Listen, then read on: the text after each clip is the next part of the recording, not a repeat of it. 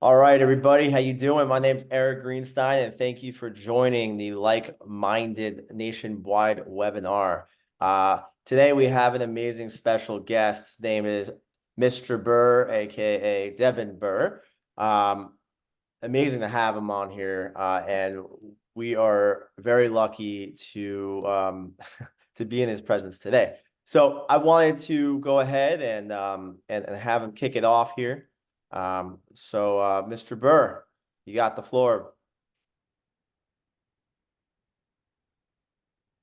All right. Can you guys hear me? I can Yes. hear you.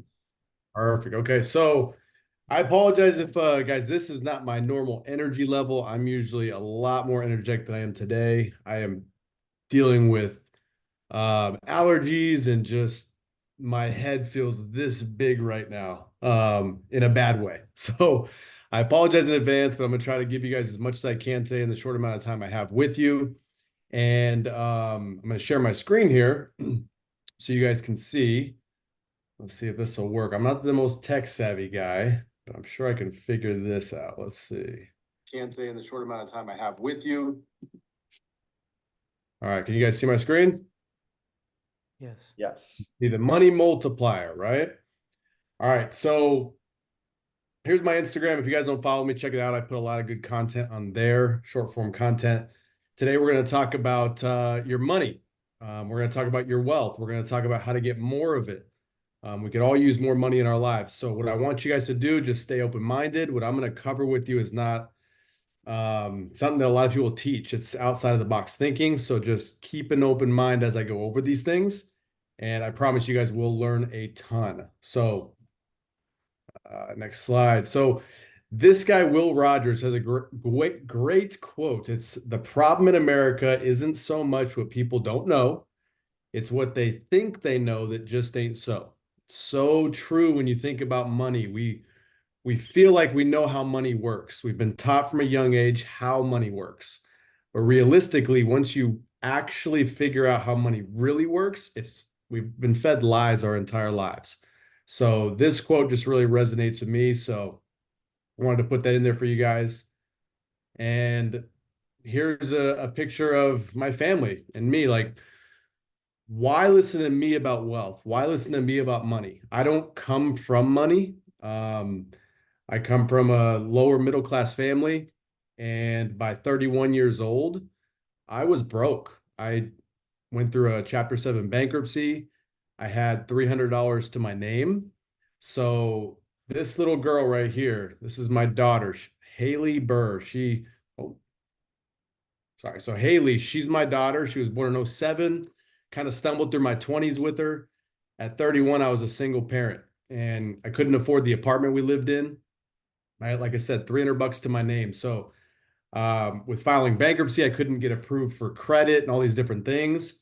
So I had to move out of our apartment and move us into a friend of mine. He rented me a room at his house, and I think it was like $400 a month is what he was charging me. I could barely afford that. So I had to sell most of my belongings. I sold my bed. We had a mattress on the ground, and me and my daughter slept on that mattress. She was 9 years old at the time. And I'm sure you all can relate when it rains, it pours. That's how I felt like my life was going. I was just getting punched right in the face again and again. And when I thought things couldn't get any worse, I got my heart broken by the woman I thought was the one. And up until that point in my life, I shielded all of like my pain, everything I was going through from my daughter. I didn't want her to feel it, so I tried to just shield it from her and not let her see I was struggling. But when that happened, I lost it. I couldn't hold it back any longer. I literally broke out in tears, ugly face crying to this little girl. And I had thoughts of suicide. I was in so much pain. I just felt like if I took my life, it would all go away. And that was probably my darkest moment. I'm bawling my eyes out to this little girl. And I ask her, I'm like, am I a good dad? Because I felt like everything else I failed at. Finances were in the toilet. Relationships, I couldn't hold one. I got my heart broken by the one I thought was the one for me. And I just asked her, I'm like, am I a good dad? And this little 9-year-old girl lifts my chin up and says, "You are the best daddy." Now, guys, I wasn't. I wasn't a great dad. She thought I was, but I knew I had to become the person that she thought I was. So I started working on myself. I started reading books. I started watching motivational videos on YouTube any spare second I had. I started listening to podcasts. And legitimately, this was in October of 2016. In November, I met my amazing, beautiful wife, Danielle, here. We now have a 5-month-old baby girl. This is Christmas, so she was just, gosh, she wasn't even a month old yet. But her and I have been married for 5 years now. After working on me, I became worthy of her. And I started making more money at work. I started saving money. I started actually becoming successful by most people's standards, but I still felt broke. I mean, who can relate? Like when you make more money, guess what happens? They take more money, right? The IRS, they take more the more you make. So I didn't ever feel like I was getting ahead. So October of 2019, I walk into my job at Quicken Loans. I was a loan officer and I resigned. I became a full-time real estate investor.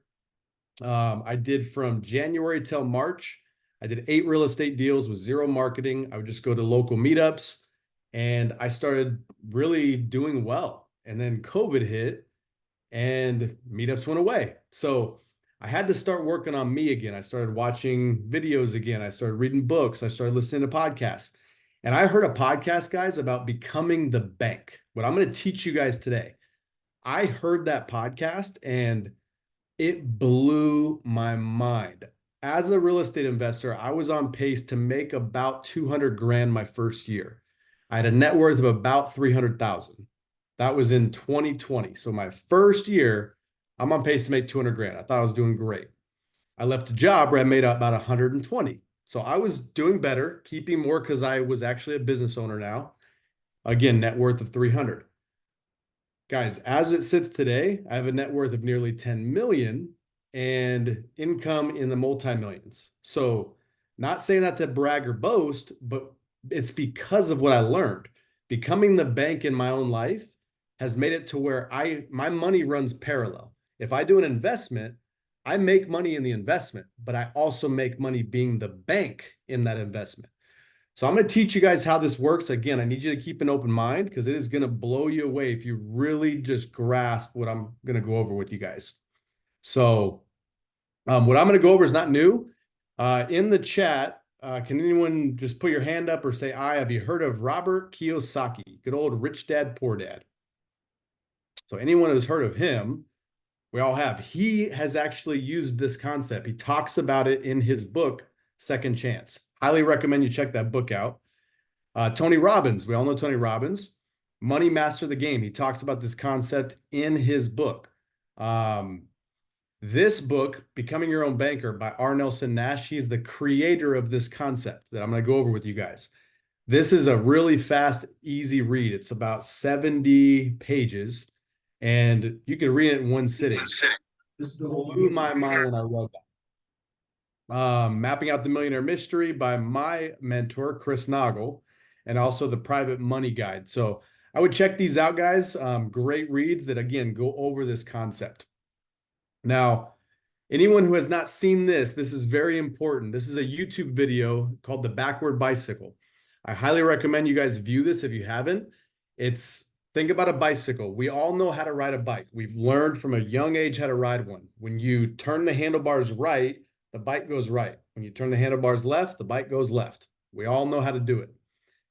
If you change one thing about that bike, which is if you turn the handlebars left, the bike goes right. You turn the handlebars right, the bike goes left. Just one thing being changed. There's not a person on this call or a person you know that could ride that bike. You just can't do it because your brain is telling you how a bike works. It's the same thing with our money. We think we know how money works, but if you change one thing, which is all I'm going to go over with you guys, changing one thing about money, that is it. It's going to throw your brain off. You're going to think, that's not how it works. But I'm telling you guys, you could learn how to ride a backward bicycle, but you can't do it right away. You have to unlearn how to ride the bike, how you've been taught. So it's the same kind of thing with your money, guys. I'm going to change one thing about your money. I'm going to challenge the way you think about it. It's going to be weird. You're not going to like it, but if you do it, it can take you guys to new heights, and I'm living proof of that. So let's talk about the mystery of money. Who can tell me what is the definition of money? Anybody in the chat?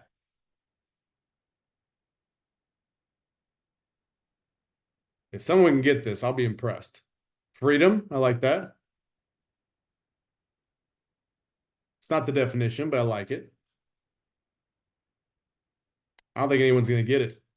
The definition of money, guys, leverage, I like that. The definition of money is just a means of exchange. Exchange of value. Marty Sanford, look at you. Exchange for goods. Chris, great job, guys. That's all it is. It's an exchange, a means of exchange. It's the fact we use dollar bills is a moot point. It could be gum. It could be toilet paper. If I give you some money, like let's say this phone, if I buy this phone, I got to give money for the phone. I get the phone for the money. It's just a means of exchange. That's it. So what companies out there in the chat, tell me what companies out there use compound interest?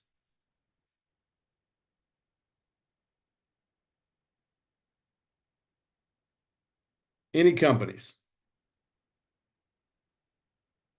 Banks, private equity, banks. So most people think is banks. Banks do not use compound interest, guys. Think about compound interest. Money has to sit. So for this money here to compound, it's got to sit and it's got to sit, and money makes money on money, right? Banks don't do that. When you deposit your money in the bank takes it and lends it out to someone else. They take it and they lend it on a car. They take it and lend it on a house. They lend it on a student loan. Whatever it is, the money does not sit. It never sits.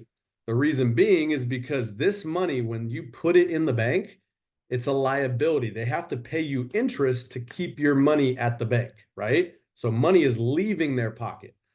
How does the bank turn money into an asset if it's going to sit and cause them to pay interest?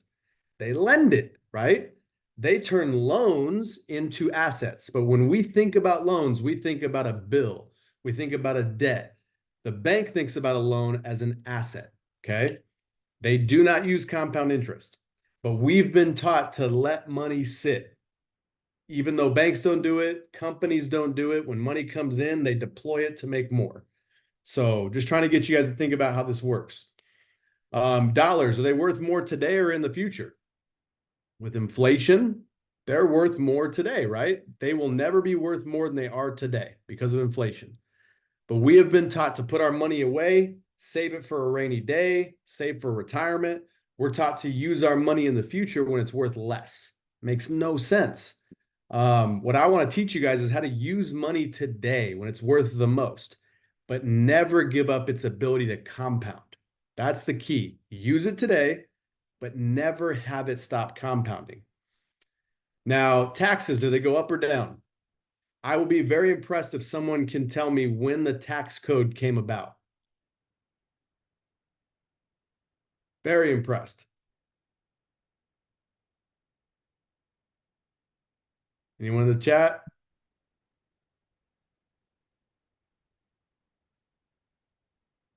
I'm just going to give it to you guys then. 1913. That's when the tax code came about, 1913. The original highest bracket was like 8%. Now it's like 40%. So taxes don't go down, they go up. We've been taught, though, to pay taxes later. Think about a 401k.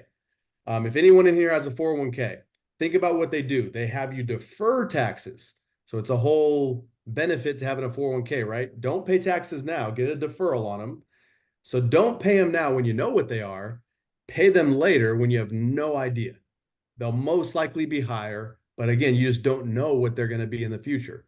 We are taught, though, to not pay taxes now, defer them until a later date. Makes no sense. We do things with money we'd never do with the things that money buys. Would you ever buy a loaf of bread, put it in the freezer, wait 10 to 15 years to eat it? You'd never do that. But we do that with money. We put it in a 401k.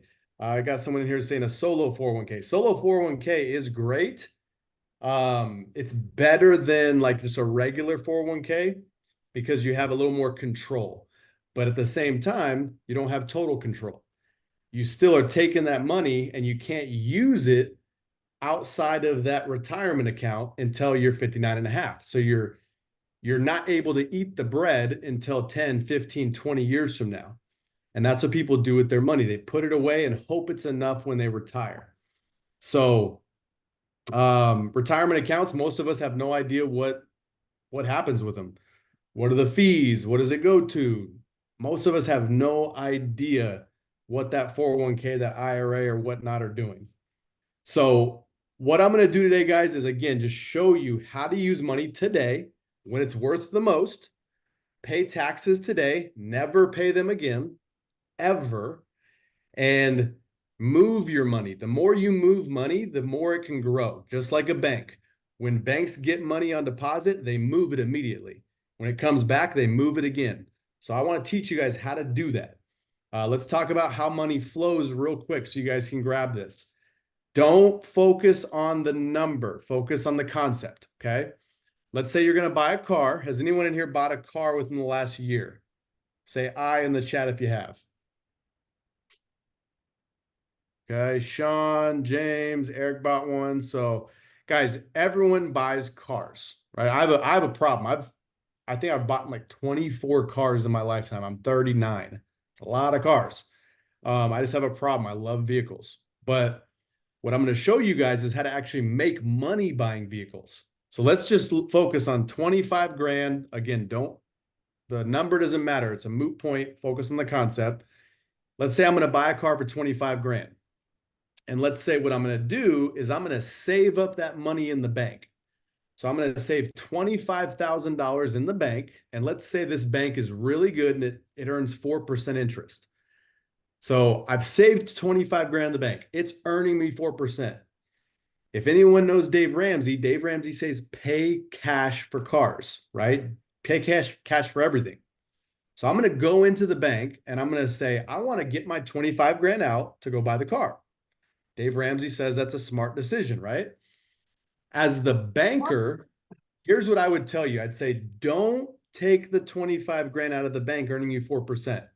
Instead, I'll give you a loan. As your banker, I'll give you a loan at 6%. And you will actually pay me less than your money will earn in the bank. So again, it's earning 4, you're going to pay me 6, but you will pay me less than what it's earning. Am I lying to you as the banker? What do you guys think? You're going to earn more at 4% than you'll pay at 6. Am I lying?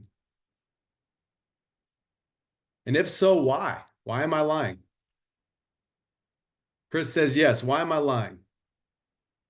You're going to earn 4 and pay 6. You'll earn more at 4 than you'll pay at 6. I mean, strategically, it just sounds like a 2-point differential. Right. Right. So that's what in our head, we're thinking that's how money works, right? I'm paying 6, earning 4, I'm losing 2%. It's the difference of interest. It's compound interest versus simple interest. So if you guys can just understand this part, this will be very easy to grasp.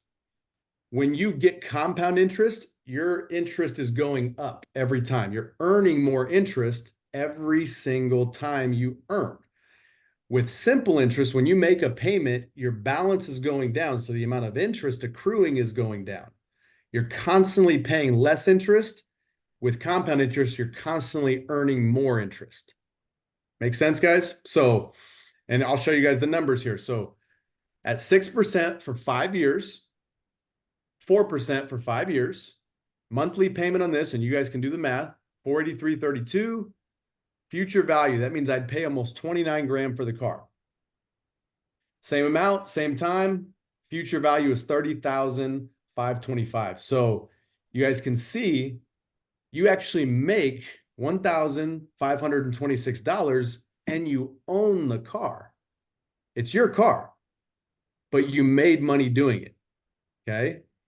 So if you guys can grasp that, just compound interest versus simple interest, this stuff becomes very easy.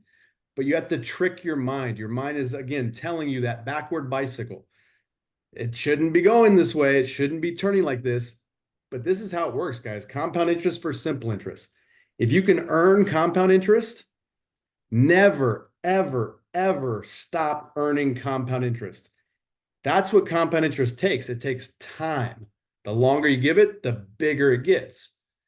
But what we do most of the time is we stop compound interest in our life in different accounts, whether it be a CD or whatever it is, right? In order to spend the money. I'm going to show you guys how to never stop compounding your money by just simply spending it.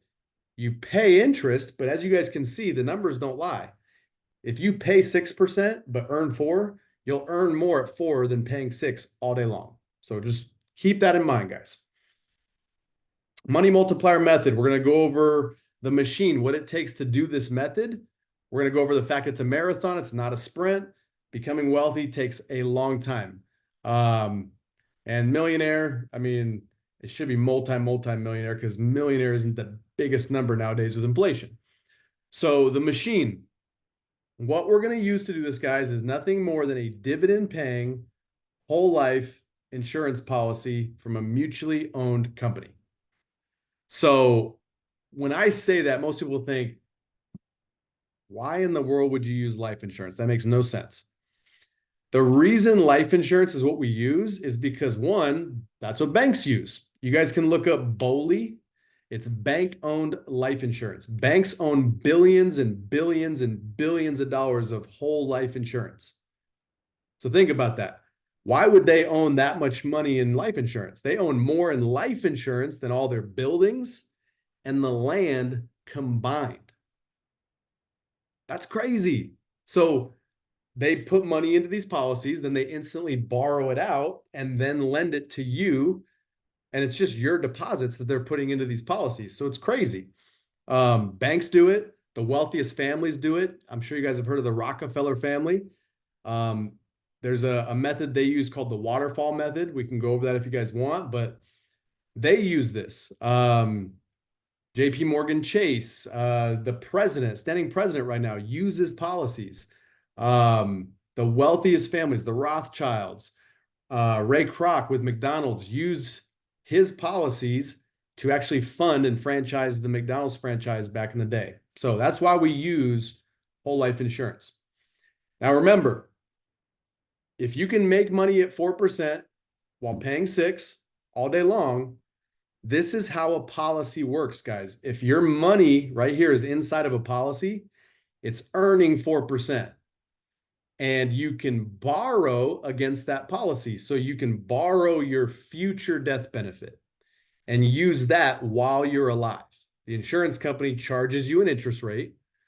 But as we've already gone over, if you're earning at 4% and paying at 6%, you can make money all day long. And if you take that money and put it into an investment, you're making money as the bank, like I said, but you're also making money in the investment. You're making money in two places at the exact same time. And it's just because of how a life insurance contract is structured. So keep that in mind, guys. This is how a policy will work. And now let's talk about how the bank uses these real quick. If you guys have $100,000, you put it in the bank. Let's say that bank's earning you 4%. The bank, as we've already talked about, when they get this money on deposit, they immediately lend it out. So let's say they lend it out on a house at 7% interest. The bank is paying 4%, makes 7%. How much are they making on that transaction? Anyone?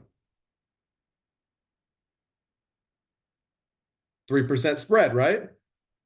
They're making a 3% spread. So they're paying you 4%, they're making 7% with your money. Now, when someone buys the house and the homeowner, they get, or the seller, I should say, they get those funds. What do? They take the money and they put it in the bank. So the money is always coming back to the bank. What does the bank do? They lend it out again. So if they lend it on a car, it's going to be higher interest because a car has more risk of crashing, right? A house just sits there. So they're going to lend it on a car. Car dealership gets the money. They put it back into the bank. The money's always flowing back to the bank. Now, what does the bank do? Lends it out again. If let's say it's on a second mortgage, a HELOC or whatever, There's more risk because it's a second lien position. So the bank knows this, so they charge more interest. The bank is always in control. And whose money is it? Ours. So they're in control of our money, and they're constantly making more because they know how to turn it over and over again. Contractor gets the money, they put it back in the bank. Bank lends it out. Let's say on a debt consolidation, there's no collateral, so it's going to be a higher loan, 12%. Let's say you pay off credit cards. What do credit card companies do? They put it back in the bank. So money is always flowing back to the bank. The bank is always in control. When it comes to money, guys, if you have total control, that's when you can really do big things. And that's why banks are so profitable. How much do you guys think this bank is making off this? We're going to go over it again. So they make 3% here, 4% spread here. They make a 5% spread there. And then they make an 8% spread. Anyone in the chat, please, how much is the bank making? All you mathematicians out there. Or just yell it out. Put yourself off mute and yell it out. 20. 20%. 20%. Does everyone agree? Yeah. Nick Grassi, infinite. I like it. Too much. So, guys, it's a lot more than 20%. But again, how could that be, Devin? 3 plus 4 plus 5 plus 8 equals 20%. Here's the thing.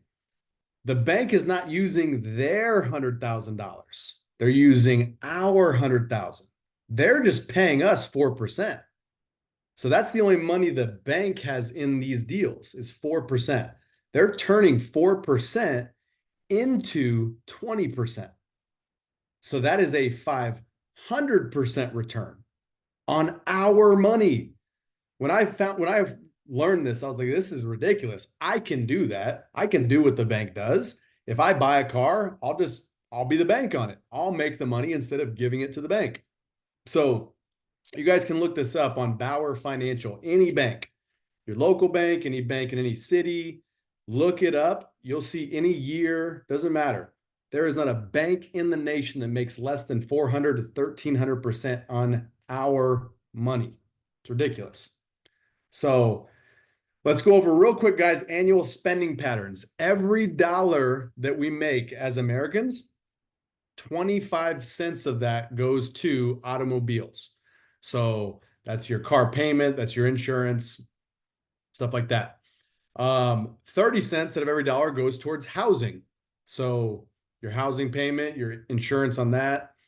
40 cents goes towards everything else. So that's your food, your gas, your entertainment, your travel. That leaves Americans on average about 10% for savings. Most financial gurus will tell you take that 10% and make more money with it. That's how you become wealthy. That's how you become rich. But if you have 10%, that's not that much money, right? It's 10 cents out of every dollar. How much risk do you have to take to make a lot of money? You got to take a lot of risk, right? And if you take a lot of risk, what can happen to your money? You can lose all of it. What I'm going to show you guys is not taking any risk. Life insurance is actually literally zero risk. It's guaranteed to grow. It'll never stop growing. So there's no risk. I'm going to show you guys just how to keep more of the money you're giving away. So let's talk about your car. In your car, 25 cents out of every dollar goes towards that. 5 cents of that is interest on average. So if you can just keep the 5 cents, you've just made a huge leap on your savings, right? By just keeping what you were giving away. On your housing, out of every 30 cents, 25 cents of that goes towards interest. And if you look at your mortgage payment, you guys will know I am telling the truth on that. 30-year mortgage, the first 7 to 8 years is like 90% interest. The banks do that because they know people do not keep mortgages for more than 7 to 8 years. They refinance, they move, what have you. So if you guys can, again, keep the interest you're giving away to other people, look how much your savings has grown and you haven't taken on any risk. You're just controlling who's getting money in your life. Now, with everything else, again, it's 40 cents. About 5 cents of that goes to interest. So again, if you can just keep that instead of giving it away, you're saving a ton more money. Now, to make investments, to go make more money, you don't got to take a bunch of risks. You can do, things that don't have a bunch of risks, steady eddy returns, because you have so much to play with. Does that make sense? So, who has seen the movie Gone in 60 Seconds and knows this car? I have. I love no that. housing law, so I wasn't going to be like, oh, let's invest here. Cool. And then I invested. I agree, Elise. Was that Elise Martinez? Or was that James? Not me. But you guys have seen Gone in 60 Seconds, right? Eleanor. I'm going to show you guys. I love this car, so I put it on here, but I'm going to show you guys how to get all the money back for any car you'll ever buy. Okay, so this is cool because I love cars. I've done this concept with several. I have currently a 911, 992, and I will make $130,000 just by buying the car because I'm the bank on the car. So what we're going to do is go over how that works real quick though. The machine under the hood, I need you guys, again, the backward bicycle, change your thinking on this. When I talk about premiums, most people, they think of a premium as a payment. Start thinking of it as a deposit. Like think about your bank. If you deposit money in your bank, you can go use that money right away, right? With a policy, if it's structured correctly, when you put the premiums in, you can immediately use them. So they're more like deposits than premiums. They're not a payment. There's something you can use right away. So start thinking of them differently. I'm just going to call them deposits instead of premium. So keep that in mind. Also keep in mind, age does not matter. I have a policy on my 5-month-old daughter. I also have a policy on my mom and dad who are in their late 60s. So age does not matter, okay? Also, death benefit does not matter. We do not do policies for the death benefit. Think about what it's called. It's called life insurance, not death insurance. It's about using that money while you're alive. So the death benefit is kind of just the cherry on top. We all die. So when that happens, your family gets a death benefit, but it's not about that. It's about using the money while you're alive, okay? So let's talk about buying a car here, guys. Let's talk about $10,000. Let's say that's what your deposits are into your banking policy. You're going to put $10,000 a year for 7 years, okay? At year 3, you want to buy a car for 25 grand. Again, don't get hung up on the numbers, just focus on the concept.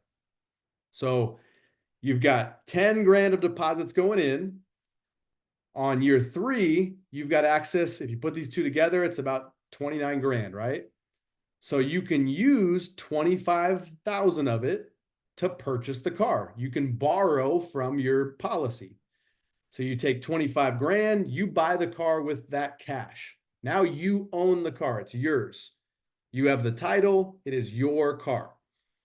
However, if you would have bought that car from the dealership, you would have had to pay them payments, right? You want to treat your money just like you'd treat the bank's money. If you borrow from yourself, if you are the bank, pay yourself as if you would pay the bank. So just pay yourself whatever you would have paid on that car. You know, you guys all know when you buy a car, you sit down, they give you the little chart. How much do you want to pay? What do you want your down payment to be? And then they go back and forth, all that crap. You finally buy the car based on the terms that you're comfortable with, right? All you got to do, buy the car, get those terms where you want them to be, and then tell them, perfect, I'm going to pay cash. The salesman's going to look at you like you're crazy because they're going to be like, well, why did you just do all that? I wanted to figure out what I'm going to pay my bank.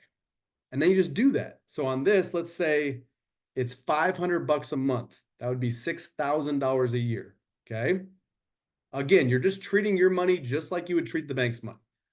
So you're going to pay yourself back $500 a month for 12 months for 5 years.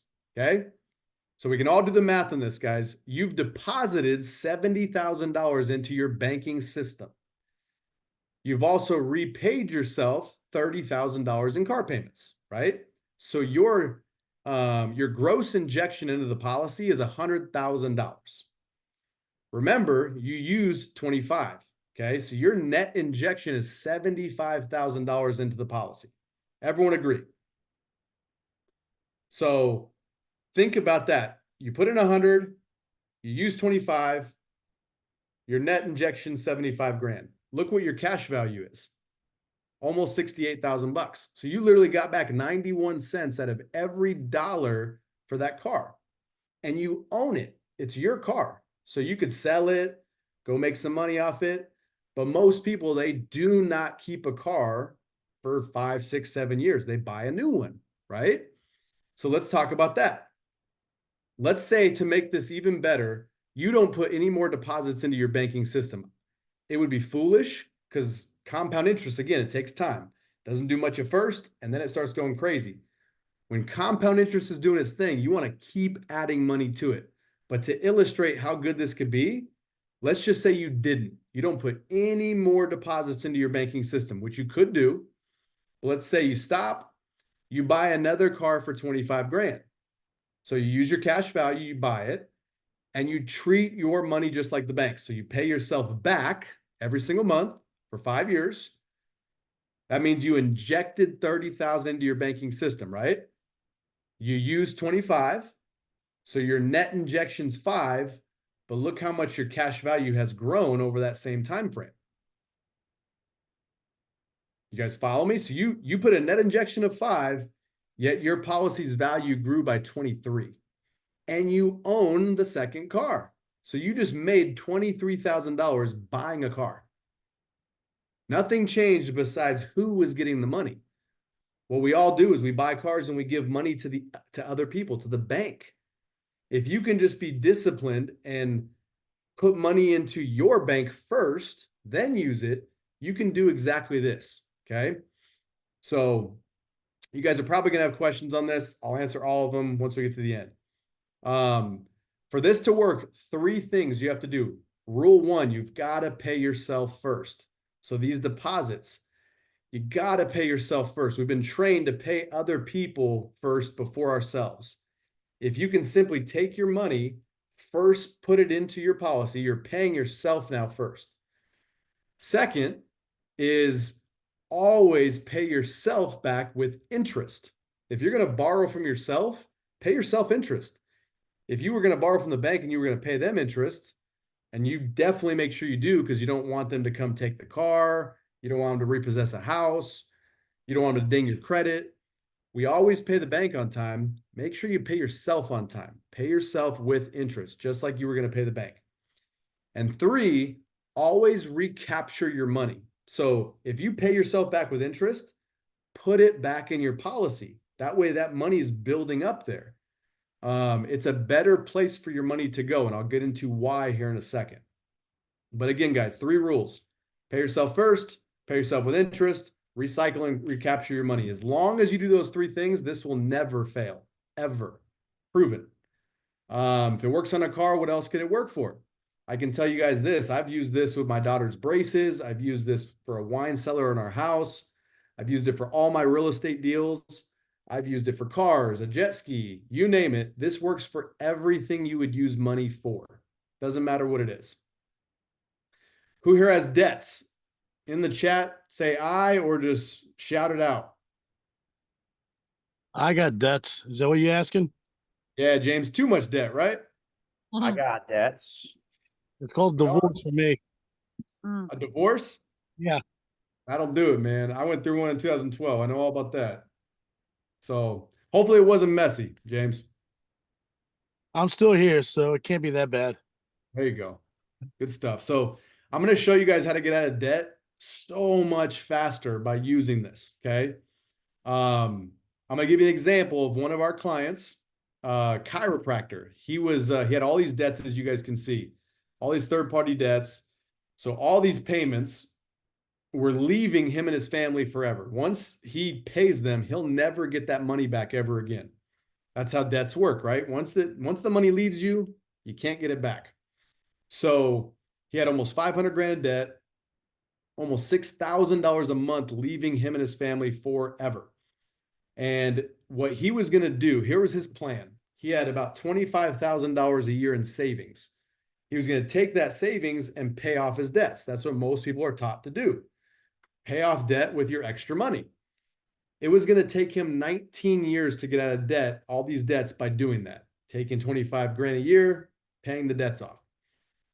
We showed him how to get this paid off in a fraction of the time without paying $1 extra. All he did is changed where his money went first. Remember how I said, guys, with the backward bicycle, if you just change one thing, it throws everything off.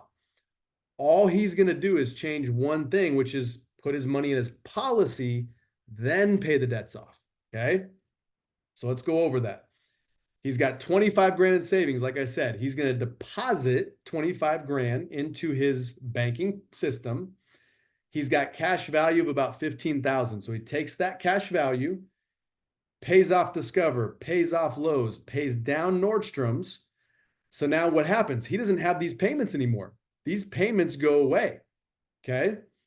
So he's going to recapture it. Remember what I said, always recapture your money. So he's just going to take this $448 that he used to pay to Discover and Lowe's, and he's just going to recapture. He's going to keep it. It's his now. It's not being lost. So year 2, deposits 25 grand into his banking system. His cash value is now 16,000 and some change.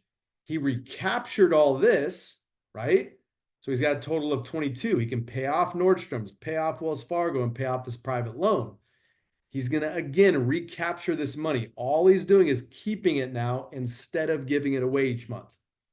So that comes out to almost $2,000 a month. He's now recapturing. So year 3 puts in 25 grand. Look at this. His cash value is over 25 grand. That's usually the break-even point in a policy, guys. When you put money in and you can immediately use more than you just put in. Okay. Year 3 is generally when it happens. So he puts in 25, he can use more than 25. He was recapturing all of this. So that's 23 throughout the year. Together, he's got 48 grand. Pays off his BMW, pays off his boat, pays down his condo. Now look how much money he's recapturing. $3,600 is not leaving him and his family anymore. He's keeping it. So year 4, let's go on this real quick. Marathon, guys, 25 grand for 3 years is how much he put in. 75 grand total. He's used 14, 16, and 25. That's 55. How much does he have left in his policy? Who can give me the right answer?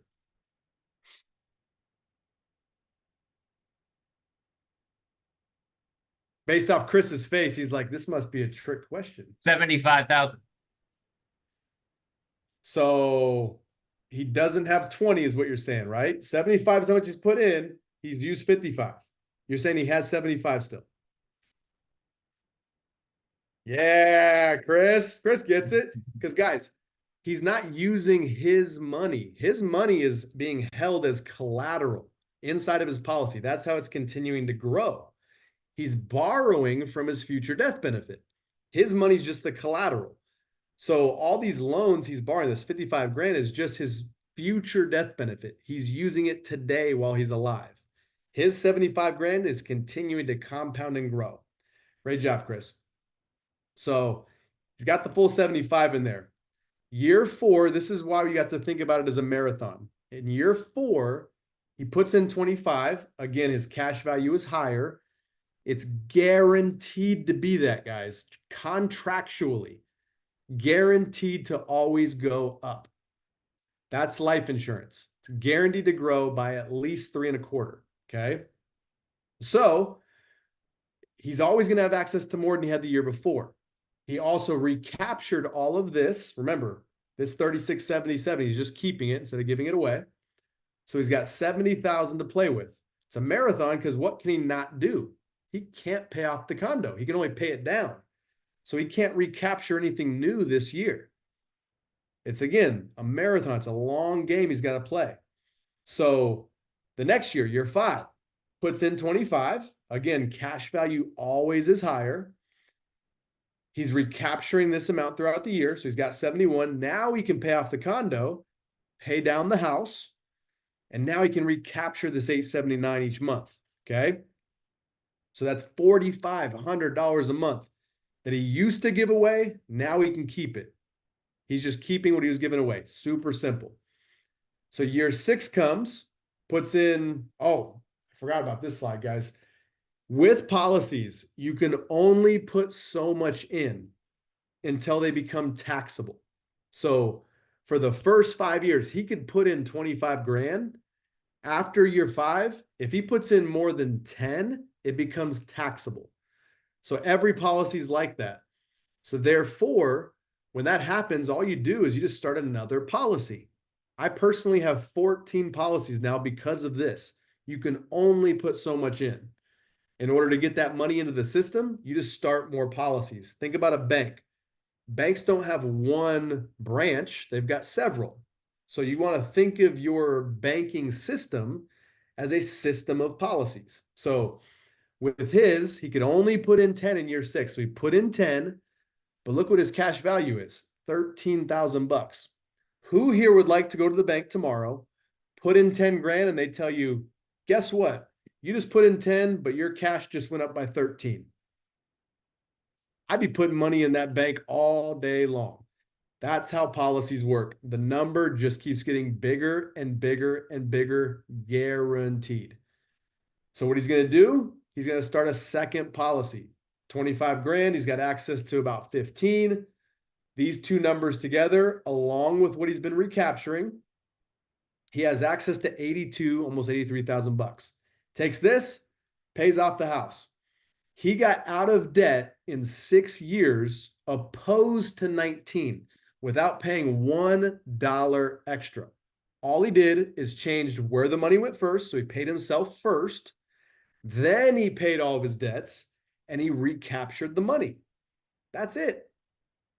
That's all he did. And he was able to get out of debt in 6 years, opposed to 19. Incredible once I learned this, guys. Now, what our team does is we create what we did for that chiropractor. We do for every one of our clients. If you have debt, we'll show you how to get out of your debt. We'll show you which ones to plug away at. We'll give you a roadmap of how to knock out your debts, how to buy a car, how to buy an RV, how to, whatever you want to do with a policy, we show you how to implement it. Because if you've got a really nice shiny car that's a stick shift, but you don't know how to drive stick shift, what good is the car, right? Same thing with the policy. These policies are amazing if they're structured correctly, which is what we do, and if you know how to use them. Our team is here to help you use them. And the cool thing is we charge $0. We don't charge you a penny to show you how to use policies, okay? Now, who can tell me how you eat an elephant? One bite at a piece. One time. bite at a time. Yeah, Yes. piece by piece. The man at the top of the mountain didn't fall there. So guys, to do this, this is not like a get rich quick. It's nothing like that. This is a way to become extremely wealthy over time. Guaranteed. Again, policies are guaranteed to grow. Each and every one of us is guaranteed to die. As morbid as that sounds, I think a lot of times we kind of know we're going to die at some point, but we don't really want to believe it, right? I was the same way when I was 33 and I learned about this kind of stuff. I'm like, I don't need life insurance. I'm 33. I'm young. I'm healthy. But it's going to happen to all of us. God forbid, I could walk out tomorrow and get hit by a train. If I did, my wife gets $30 million worth of death benefits. She is set. So this is a way to get wealthy over time, but also, God forbid anything happens to you or your spouse or one of your kids or whatever, a death benefit is paid out, guaranteed, okay? So it is a long-term thing. You have to have a long-term thinking when you think about this stuff. Let's go over real quick with the chiropractor. If he would have kept paying himself back just like he was paying on that condo, remember, he got the condo paid off with 251 payments left. So if he kept paying himself back $879 a month, he'd pay himself back 220 grand. That's how much he was gonna pay on the condo. His house, 12/21, he paid it off with 224 payments left. If he just kept paying himself just like he would have paid the bank, pays himself 273 grand. That's almost $494,000. He no longer has to pay to the bank. If he's an honest banker and pays himself that, and because again, he's not changing anything. He was paying the bank. If he just pays himself instead, he's getting $494,000 into his banking system. But here's the thing. That money is guaranteed to grow. So it's not just 494 grand, guys. If it grows at 4%, and that's being very, very, very conservative, with guaranteed growth and dividends, it's usually like 5 to 6%. But if we just use 4, those two numbers, he ends up getting $750,000. That's his money now. He used to just give it away to everyone else. So that's the power of never losing control of your money. If you can always get it back and put it into a place that's guaranteed to compound and grow, it just keeps getting bigger and bigger and bigger. And guess what? The bigger it gets, you can use more, right? It's like a house. If you got a whole bunch of equity in your house, you can use a whole bunch of money.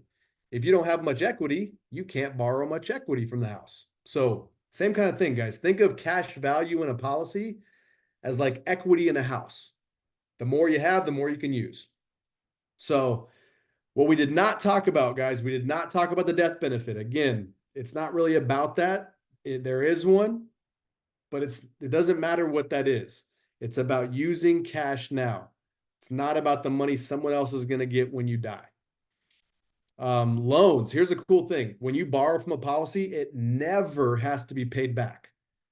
Most of us think of a loan as it's got a set payment. We got to make this payment on this day every single month for 5 years, 6 years, 15, 30 years, whatever it is. With life insurance, you never have to pay back the loans. Crazy. So what does that mean? You have total control. You should pay back the loans, but you never have to. So you have total control whether or not you repay your loans. Okay, it's in your control. And with control comes less risk. Internal values, they grow tax-free. Remember I told you guys, pay taxes now, never pay them again. Pay them now while you know what they are, never pay them again in the future. When you put $1 into a policy, it'll never be taxed, ever. You can use it tax-free because loans aren't taxed.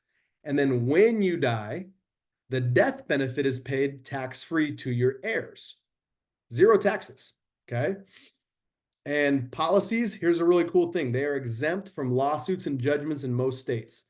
So remember how I said you always want to recapture the money. Pay yourself first, pay yourself back with interest, recapture and recycle your money. The reason why that recycle and recapture is so important, if your money is always going back to your policy, it's protected. If you've got millions of dollars in your policy and someone tries to sue you, they can't get that money. If it's sitting in your bank, it can be taken on lawsuits, judgments. It can't be touched in a policy. So it's a safer place to store your money. Always have it coming back to your policy. So last thing, guys, 2 things are going to happen to us. We're going to live or we're going to die. If we live, we're better with this. I think we can all agree. Having this system, being the bank in your life. If we die, when we die, our family is better if we have this because they get the death benefit tax-free. So only 2 things can happen to us. Again, we live, we have this, we're better off with it. We die, if we don't have this, our family is kind of up the creek if you guys don't have a bunch of assets, right? So the last little quote I'll give you guys, I love this one by Warren Buffett. If poor people would just do what rich people do, they wouldn't be poor anymore. That's so true. Rich, wealthy, extreme, the elite do this. So it's like, when I learned that, I was like, well, if they do it, why the heck wouldn't I? So I started doing it, and then I started teaching it, and I've helped over 3,000 people do this very thing now since March of 21. So That's the presentation for you guys. I'll go ahead and unshare my screen. If you guys have questions, I'd love to dive into them for you. Thank you, Devin. Appreciate it. Appreciate it. That was awesome. I believe there was a couple of questions. Let's see here. Scroll up a little bit.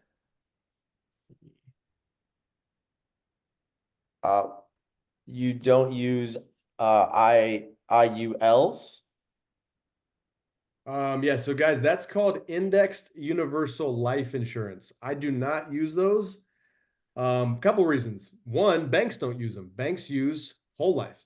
So if a bank uses whole life, why do they do that? Because they don't want to have a bunch of risk. An IUL has risk. An IUL is considered, it's again, an indexed universal life. It's tied to an index. So the money can grow based on the index. What do indexes do? They go up, they go down.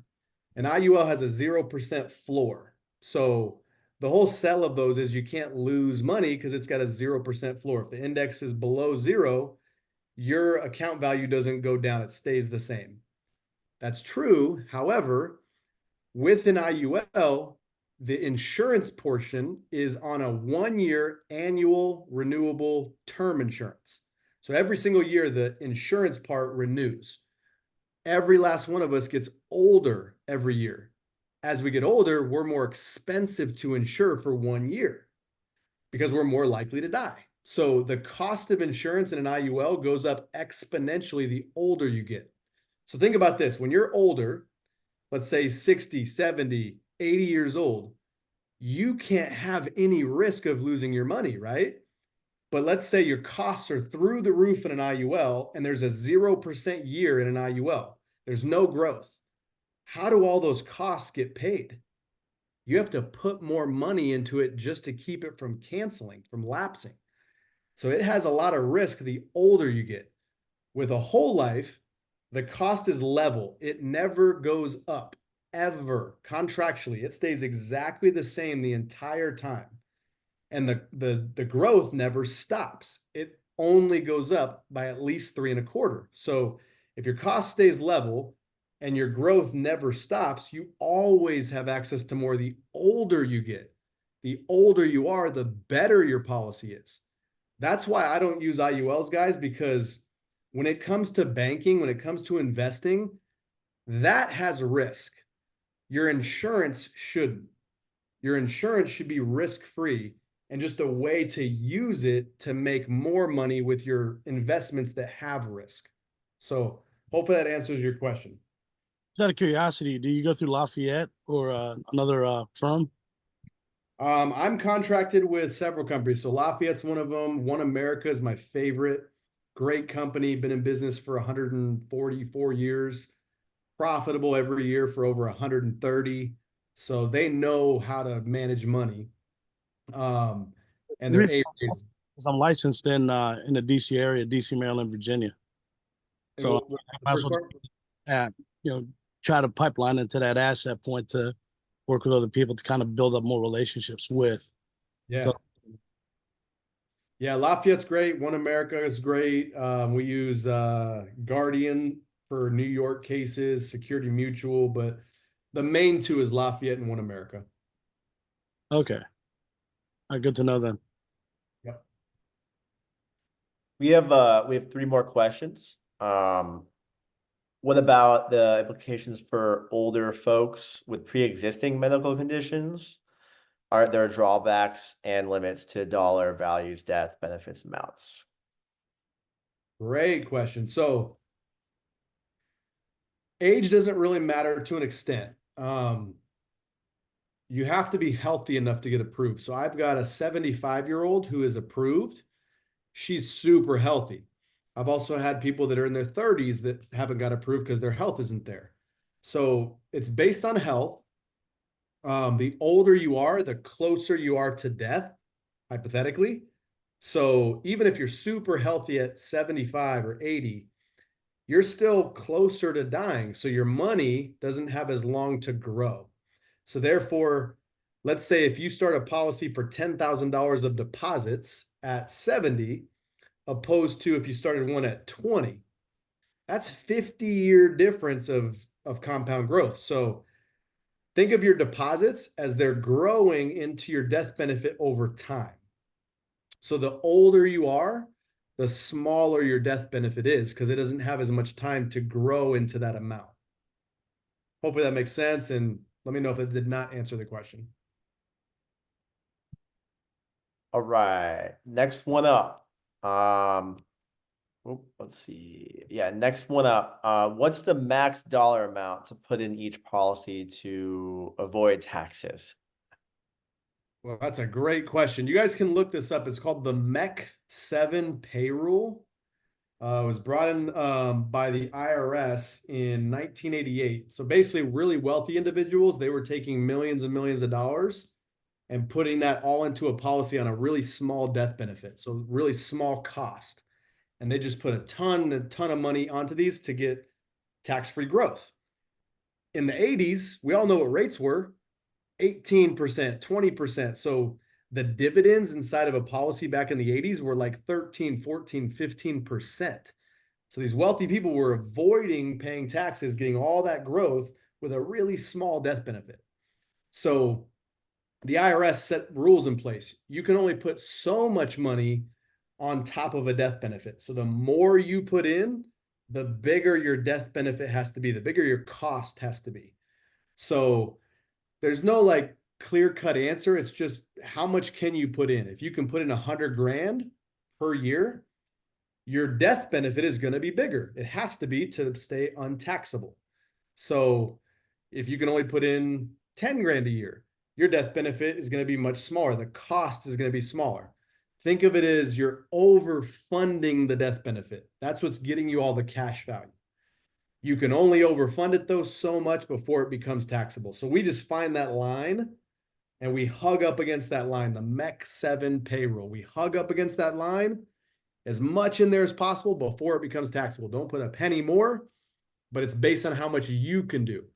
If you can do 10 grand a year, 100 grand a year, $1 million a year, $5 million a year. If that's what you can do, that's what you can do. That's what we make the MEC line at. So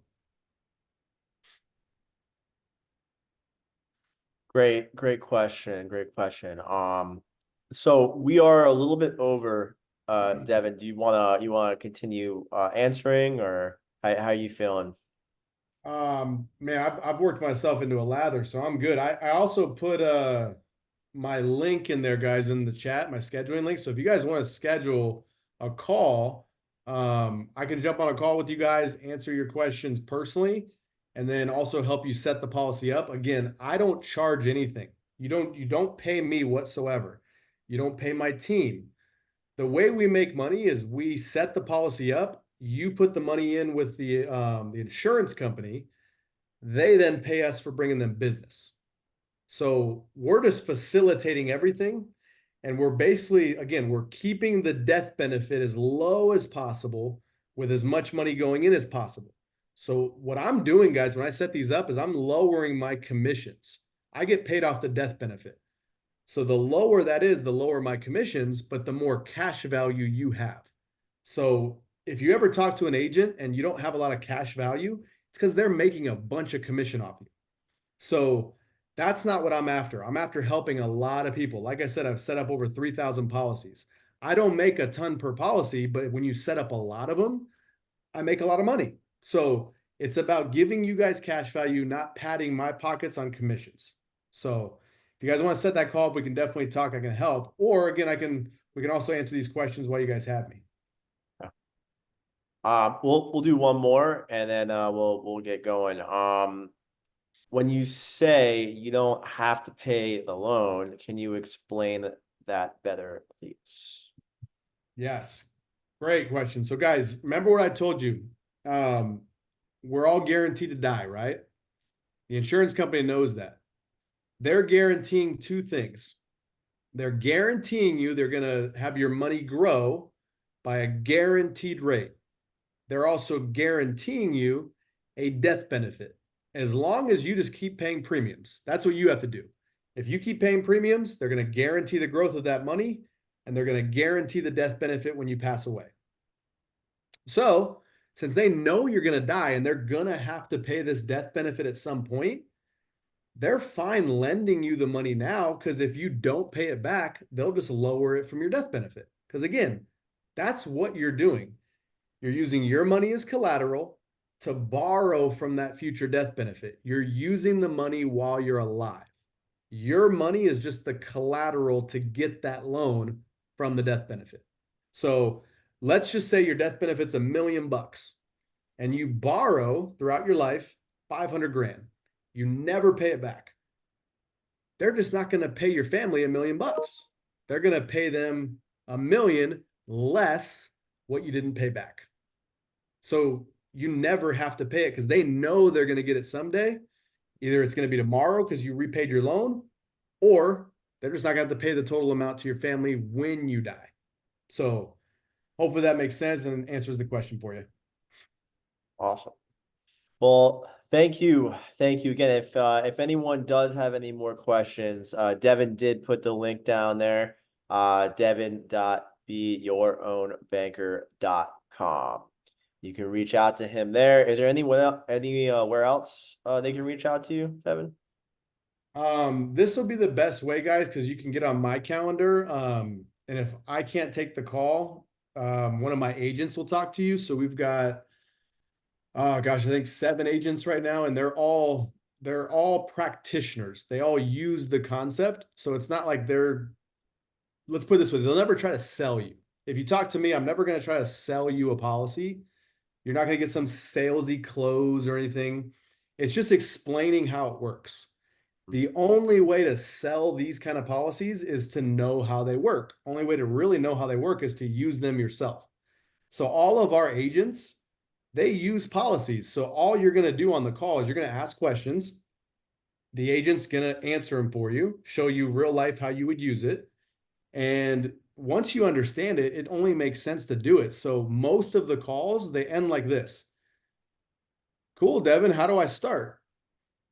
And then we'll start the policy for you, but you'll never get sold by us. So I would recommend you guys schedule a call. And if I can't take it, you'll be talking to one of my agents. They're all versed. Again, I have drilled into them. We do not sell. We just explain, we solve a problem. If it works for you, we'll be more than happy to set it up for you. Awesome. Amazing. Man, thank you so much. Thank you. Thank you.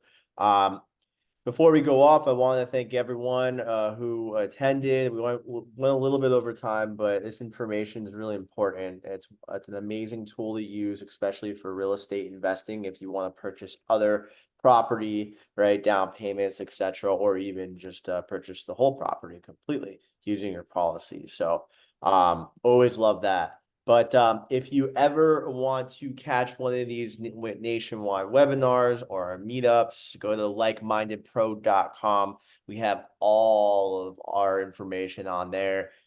We have a calendar of events. We have our awesome summit that actually Devin was a part of in Arizona. We're having it in Orlando next month on June 1st in Orlando. So that should be really, really, really fun. And can't wait for that. But thank you everyone for coming on, and we will definitely catch you next time. Thank you. Thank you for having me. See you. Thank you. Have a good one.